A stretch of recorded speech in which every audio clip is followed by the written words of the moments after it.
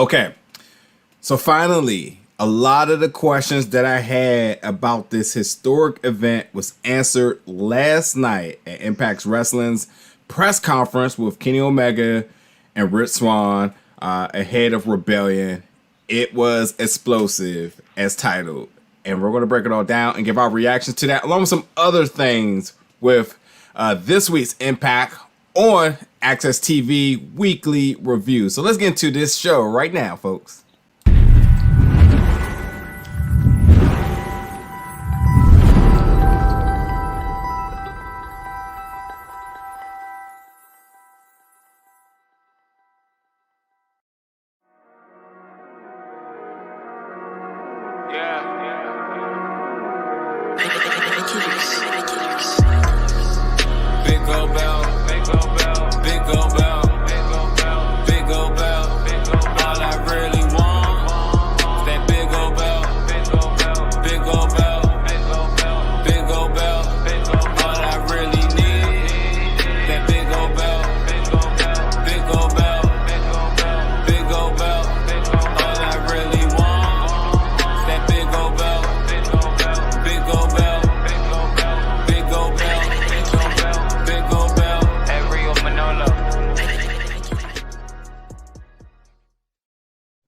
All right, folks, it's Nigerian Miranda. We're back this week for our Impact on Access TV weekly review. And if you have not been keeping up with us, we kind of revamped our format just a little bit with Impact moving it around, which means we had to move around as well. And overall, what we're doing now is weekly. Check us out as we're going to be talking about our hot topic of the week coming out of this week's of Impact Wrestling programming. So we could be talking about stuff on Access TV. We could be talking about rumors, news, whatever it may be. Yeah. But it is no question what we're talking about today. And that, again, is the explosive press conference of Head of Rebellion with the historic main event of Kenny Omega versus Rich Swann, title versus title. If you have not checked out that press conference, absolutely do so. But we're here to give our reactions, thoughts, and for me, I've got some questions answered, and I also have more questions. Right?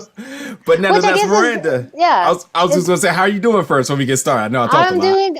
I'm doing good. No, I was going to say the same thing. I think that's the elements of a good press conference, when you have some of your question answered and then you have more questions that come from it. So I feel like it was a great way to help sell the story and help tell more elements to it in a way that we haven't before. But I'm on the same page with you. And I'm at an undisclosed location, parts unknown, recording this. So, but that's also Death how. Valley. Yes, but that's also I had to record this with you because it was kind of that interesting. It really set the tone for the end of this week's episode of Impact. Plus, we are heading into the final week before Rebellion, and so things are heating up.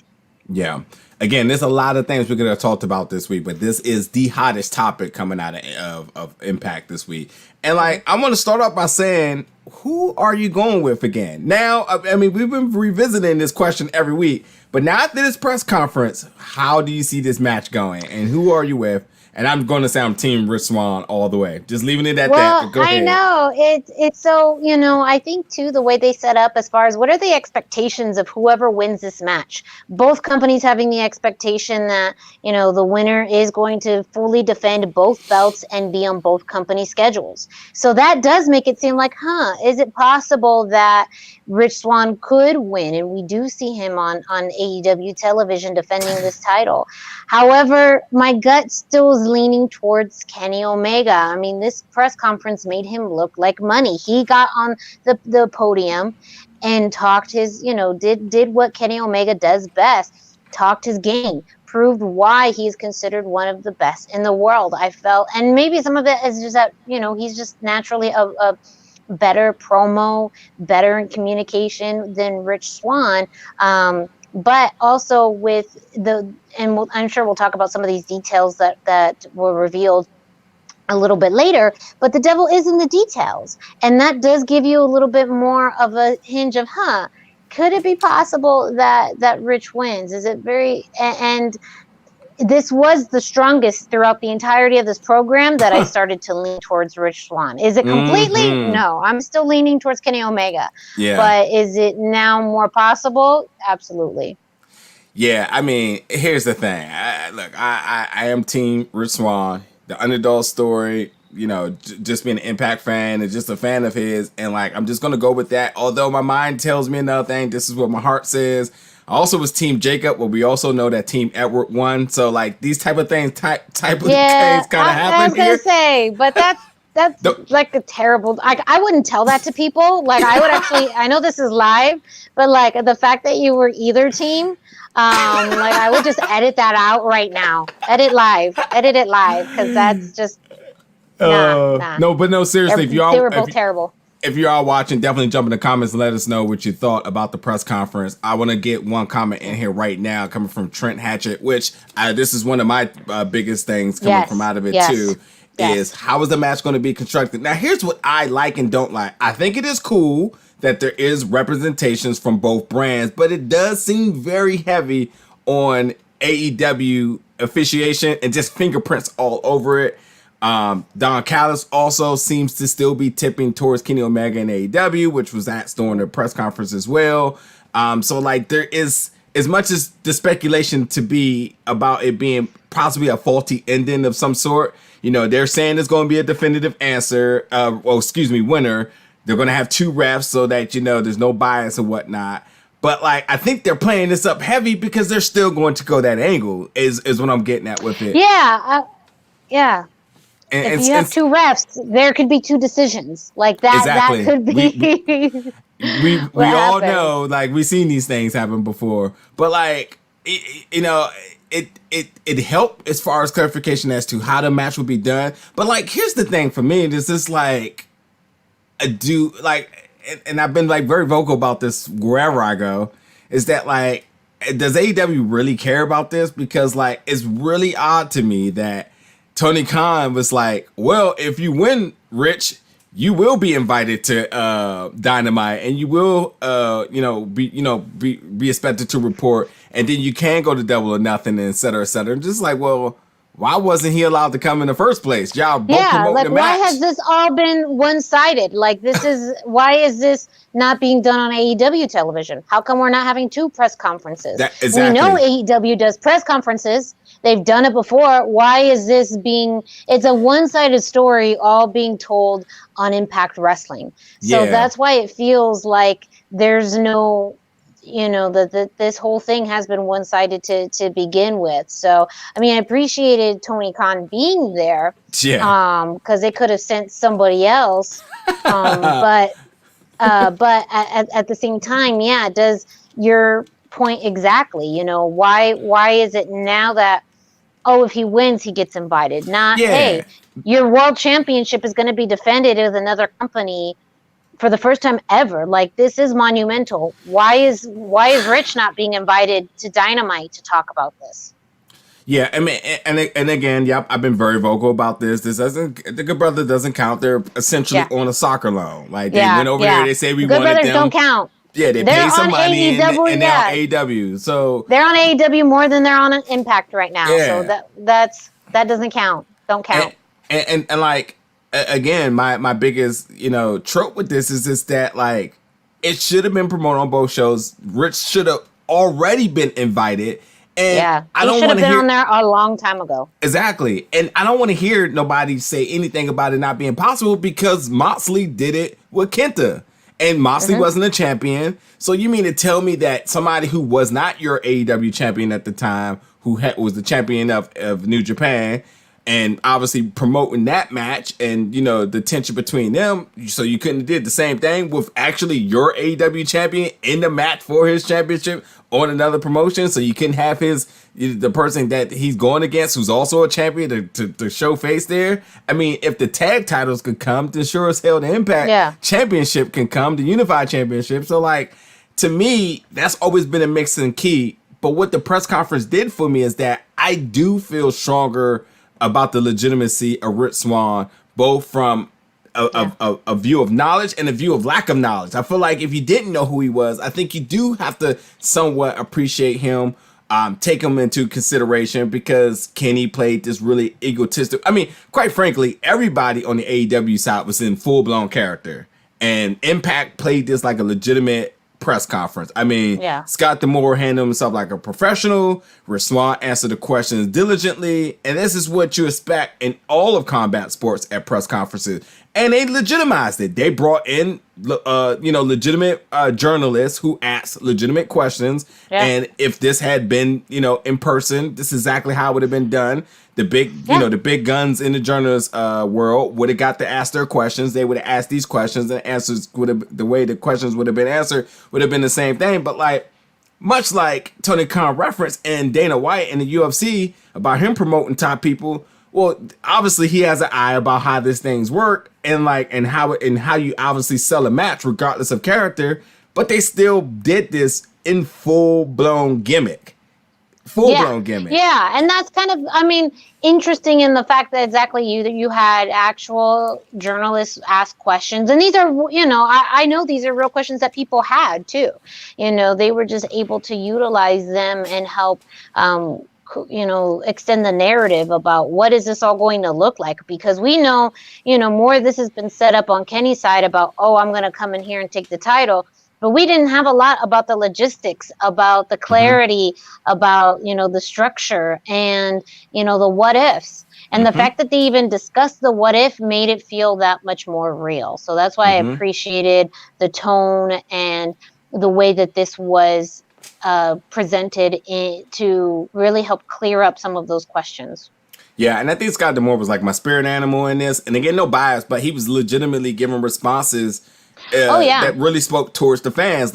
When he said that everybody wins in this, he's right. This is exactly the perception we had in this partnership this entire time. And having a big match like this, the fans win, everybody win, regardless of how it's done. But that's only from the Impact perspective, if you ask me, because they are treating this as a partnership where they're showcasing AEW and their talent and building up the match and building up their talent. I mean, if you go to the YouTube, you got 5 ways of how Kenny Omega wins, 5 ways how Rich Swann wins. In AEW, this is like a side project, or maybe more like a side chick in a strange marriage, essentially. And they're like, we don't want nobody to know this. Yeah, it's not even really acknowledged anywhere on AEW television. And now they have 3 products. And it's not mentioned anywhere on Dark or now Elevation. And of course not on Dynamite. So you not only have 1 opportunity, you have 3 opportunities to mention this, to help spread the story out.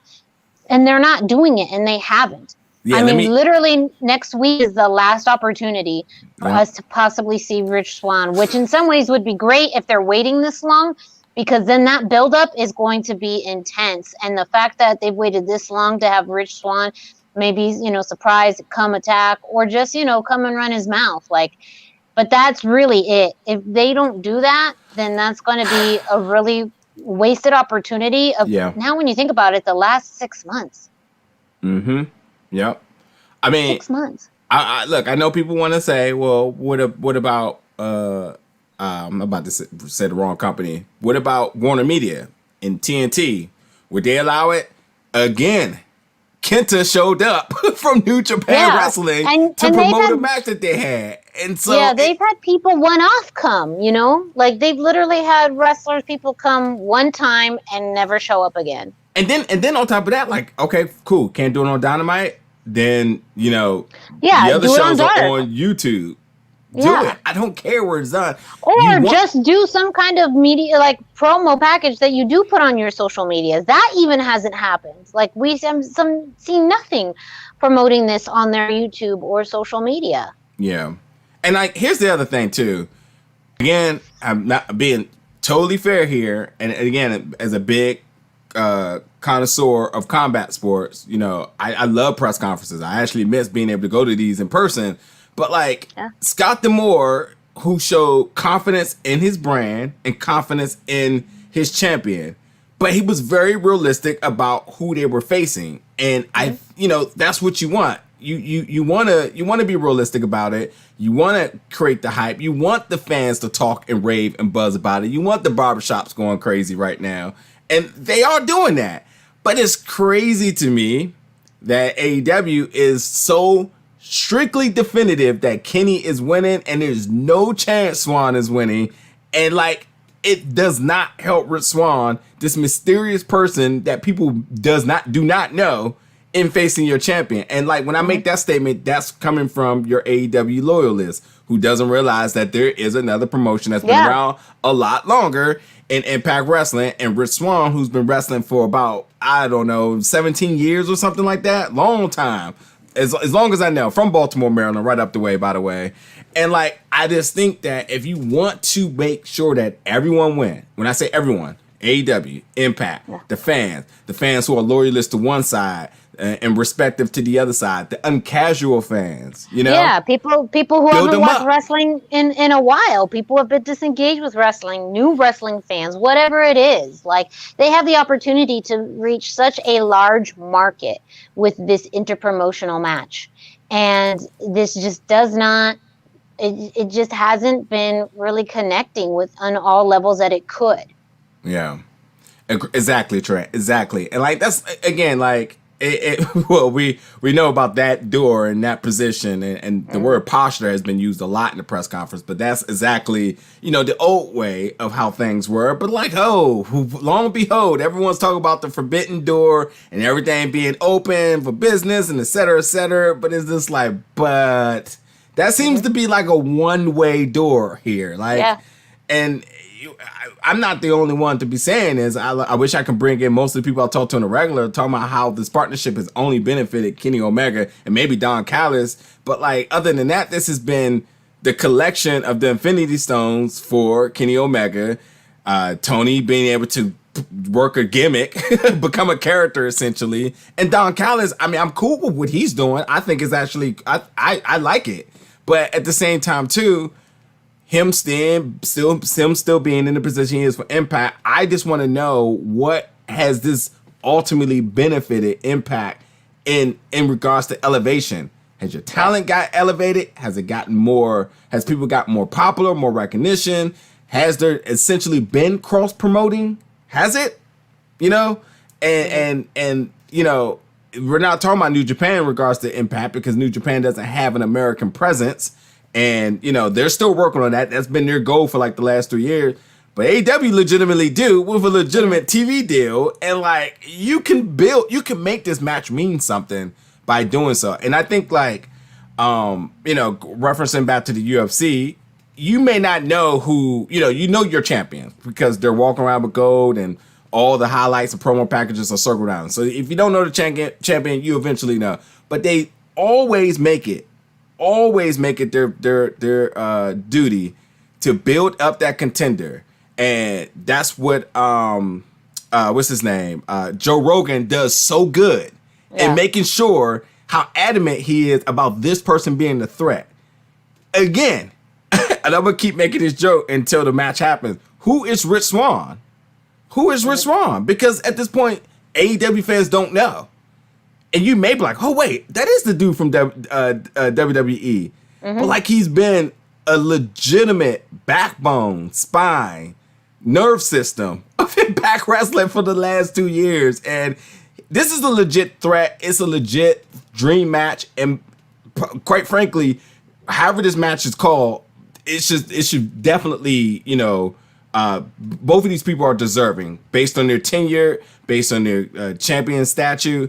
And like, it hopefully the booking makes sense. And this is, you know, the press conference did help with Rich Swann, but like, it still could have been a lot more done to get to this point, to really make this moment, this press conference, blockbuster, must see TV. Put it on AEW. You know, put half of it on here. You know, people wouldn't even pay to see this if it had been built up right. Because that's how, if you ever, like, UFC does their press conferences for free, but there are other press conferences that do have a paywall. And like, it's sometimes worth it because it's such a big event. Yeah. You know what I mean? So that's my rant. Please take the mic from me. No. I mean, all of these points are really valid. And again, we're coming up now less than a week away, you know? And I think I absolutely agree that Rich Swann held his own. This was the most serious I've taken Rich Swann in Yep. quite some time, because the level of professionalism from him, from Scott D'Amore. I did think it was just more quirky the way the AEW side came in. Yeah, that they treated it like kind of a gimmick, because then Kenny and Don weren't even there at the beginning. They had to play Kenny's music for him and Don to come out, like it was his entrance. So there was elements of this that felt very real, and then there was elements of this that felt very played. Some of the editing that they did too did not help in its favor, just period. Like there was some weird editing to this. Which they really, I think this one, they really had to place precision on it, just because they didn't have a lot of time. There wasn't a lot of questions. There wasn't a lot happening here. So you had to be precise with everything that you did here. I feel like Rich did that. And Yeah. even Kenny in some elements, and Don, of course, did that. But there were some other elements that made it kind of shaky. But I don't expect to see this next Wednesday on Dynamite. I don't know if this will even be acknowledged. I will be shocked. And that's also the tricky part too. Now with this change, Dynamite happens on Wednesdays, Impact on Thursdays. So the final fall will happen on Impact, and we know that's what's going to happen. Yeah. But it's just, I completely agree with a lot of what you said. If anything, I'm probably a little bit more critical of the conference, in the sense that there were some things that were a little quirky, and with the editing and the presentation of it, that they could have made it feel big fight. And they really didn't. But I think the ending was really solid. As far as Kenny, mentioning, this is the last time I'm going to be a gentleman about this, or nice about this, and just going into that whole. About to say, as if he's not already over. Oh yeah, now you're a bad boy now. Okay. No, it just, there were things about that I liked as well. I think the brawl did what it was intended to do. But there's a lot of things, I guess, on the media side, on the video package side, on the press side, that they could have been doing for quite some time now that they haven't. And now it feels like it's a little too late, that we're putting so much emphasis and pressure on this conference, and then this next week to, to kind of make it work. And I think it's a little too late for some of this, but there are ways, like, some things that we saw in the press conference, that they can salvage. Yeah, okay, there's a lot I need to kind of rebuttal with that. Number one, it is cool to see Josh Matthews, who conducted the press conference. Number one, I need to correct something I said earlier. You do have to pay for press conferences for the UFC. The weigh-ins are free. So again, like big press conferences, big fight feel, people pay to see it. And I absolutely have, and weigh-ins are free, but like even weigh-ins are a spectacle, because it's the idea of building the big fight. They should be on both shows. And to 23 Revelations comment, I think that's because of Impact moving to Thursday, because they were Tuesday promoting Wednesday, but now it's like, what do you do? And exactly. And there's a big discrepancy here. Do you allow Impact to book or promote your matches the week before you may even promote them? So would you say coming next Tuesday on Thursday to them, would you allow them to do that? I don't see that happening, because they sure as hell don't seem to be wanting to give them no leverage in anything. Yep. So, and what was that? What else would you say? Something else that just reminded me too. Obviously, again, like the movement of dates, obviously restructure things. But I don't know. I'm just really with the idea that, Swann handled himself good. Scott D'Amore backed his man up. Scott D'Amore, if you don't know, Scott D'Amore was not in character, because Scott D'Amore in character is Scott D'Amore on like Talking Shop, or like, on different promos within Impact, but like he handled it like he, as the professional he is.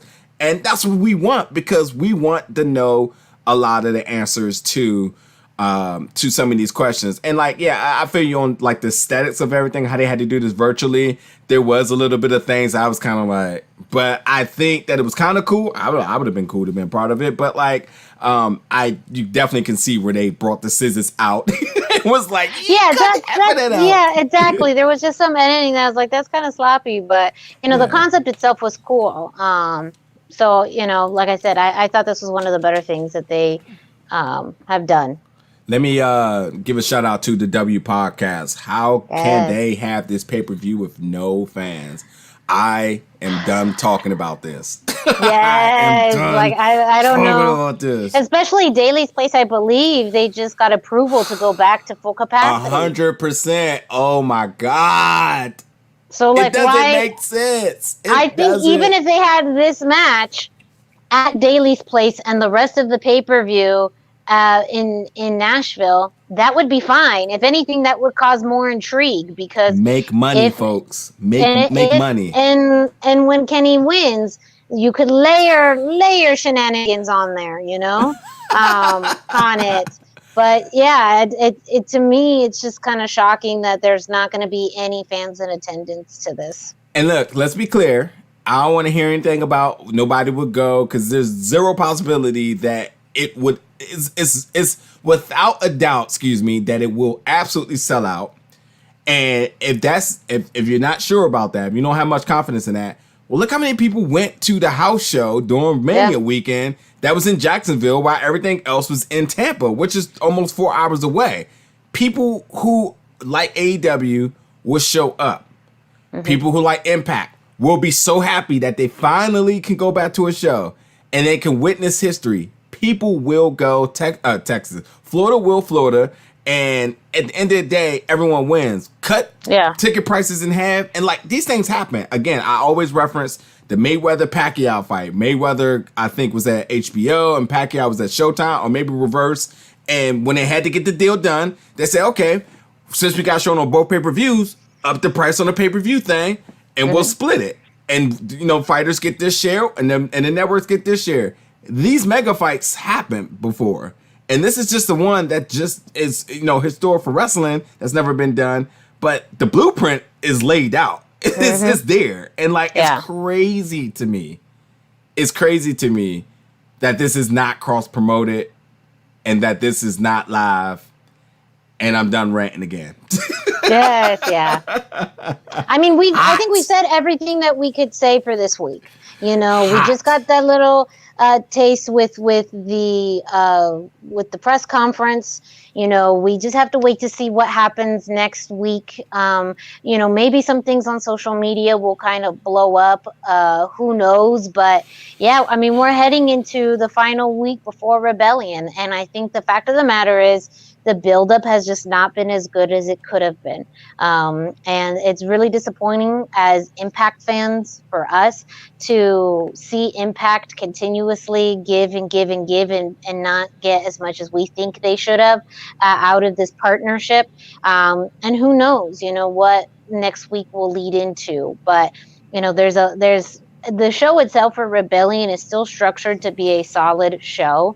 But the fact that you've hinged this whole show on something that's really revolutionary, monumental, historical, and it's not being treated as such, is just very disappointing. So, and it's not, and then the thing is, Impact is doing all the things that they can too.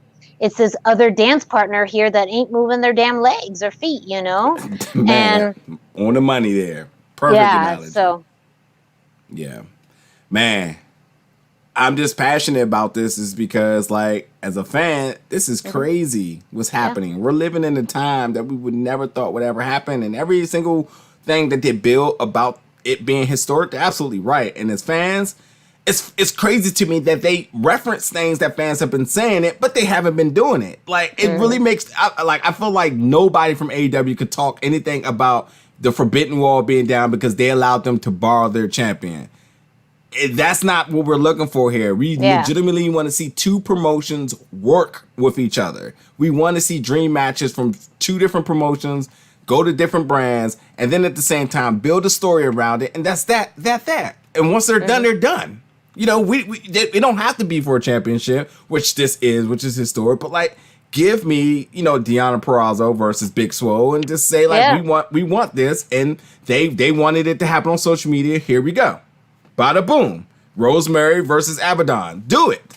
We want to see it. Just do it. And then, that could go be your our own Undertaker ways. Sting. We didn't get that. But we could get a Rosemary versus Abaddon. Exactly. Rewrite history. We didn't get Taker versus Sting, but we could get Rosemary versus Abaddon. Think about this. This is the build for Survivor Series, but happening with two different brands, like two legitimately different brands. And that's what we want. Yeah. Make it a special. Make it something yearly, but we'll see. As we're going to come up on that time, real quick, WWE had their annual Future Endeavors now Day. Annual, yeah. Anybody now it's see annual. Coming? Damn. I mean, look, we talk about the women's division.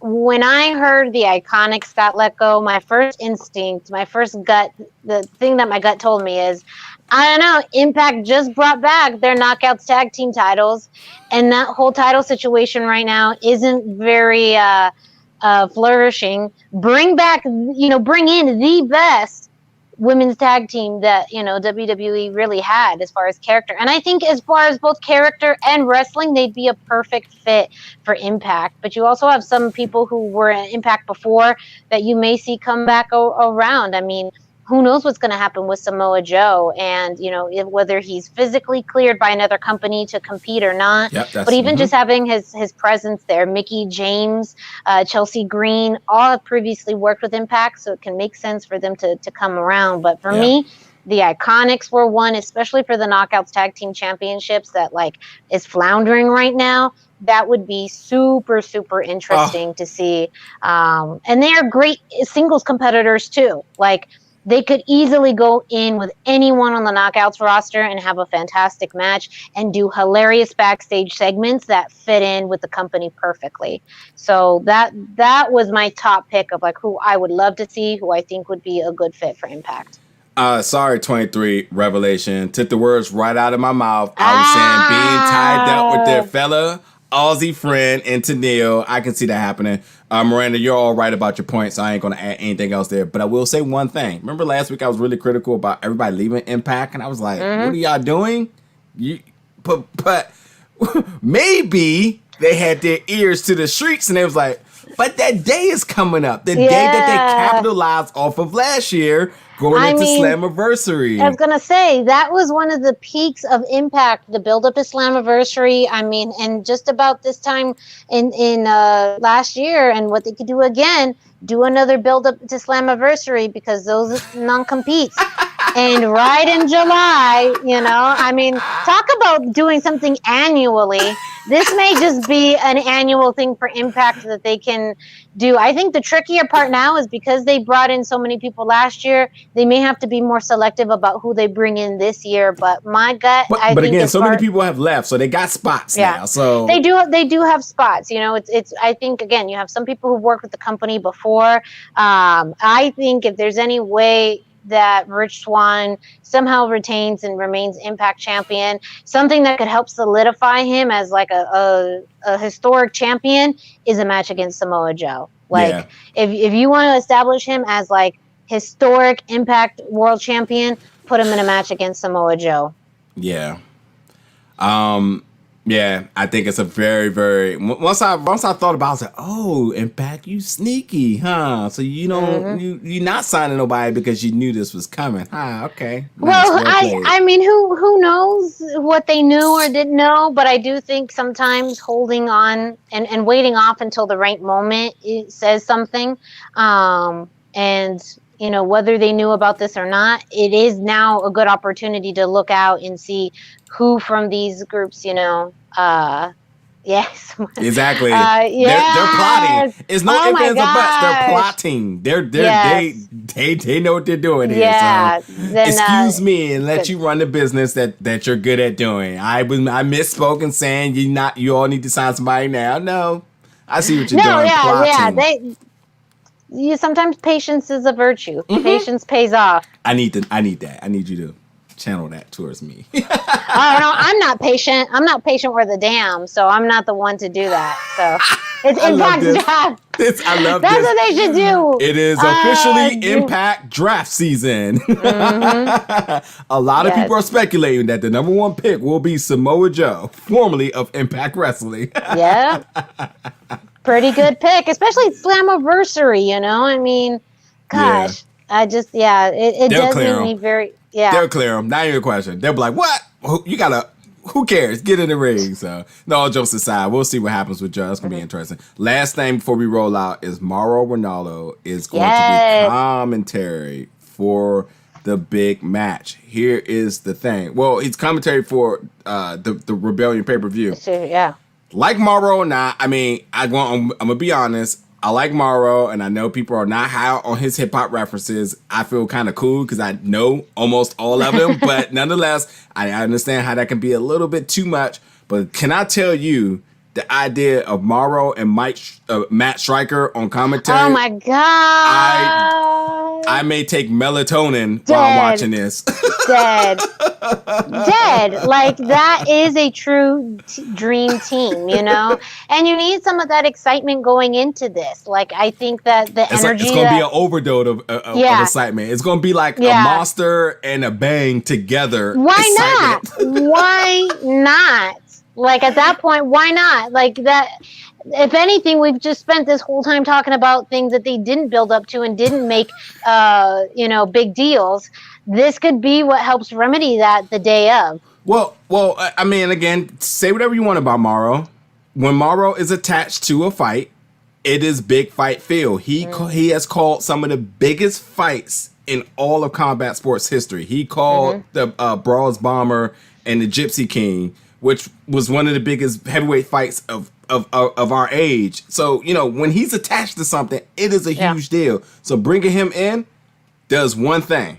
The one thing that AEW did not do in this deal, it is bringing new eyes to this. Because wherever he calls, people are going to be watching. He is respected in all the combat sports.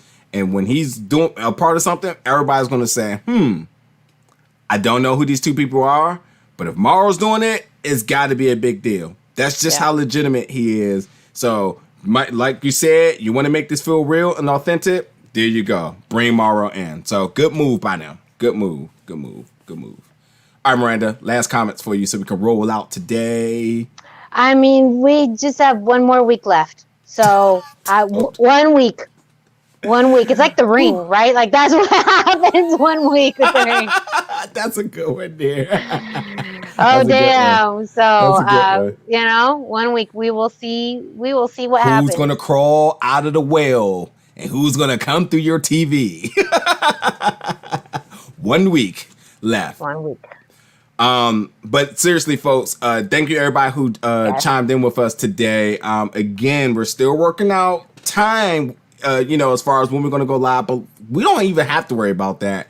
Or you don't have to worry about all of that because if you subscribe, hit the notification bell, you will know when myself and Miranda are going live each week to bring you the hottest topic coming out of Impact Wrestling this week. You don't want to miss next week. I'm just saying. This is the final week. You don't want to miss next week. It will be Friday at some point, but you don't want to miss out. So definitely subscribe, hit the notification bell, and we will make sure we bring you the hottest topic of that week or next week or that respective week, whatever it may be. Yes. But as always, thank you so much for tuning in today. And we will see you all each and every week next week, Friday. See you all, folks. Bye.